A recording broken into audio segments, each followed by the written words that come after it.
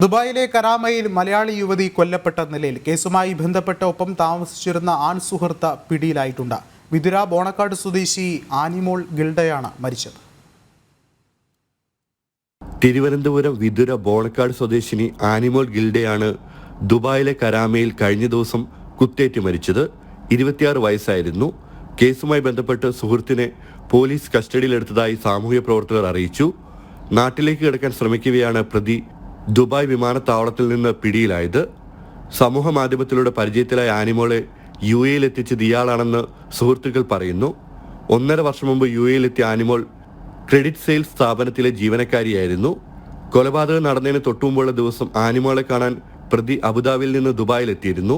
പിന്നീടാണ് മൃതദേഹം താമസ സ്ഥലത്തു നിന്ന് കണ്ടെത്തുന്നത്.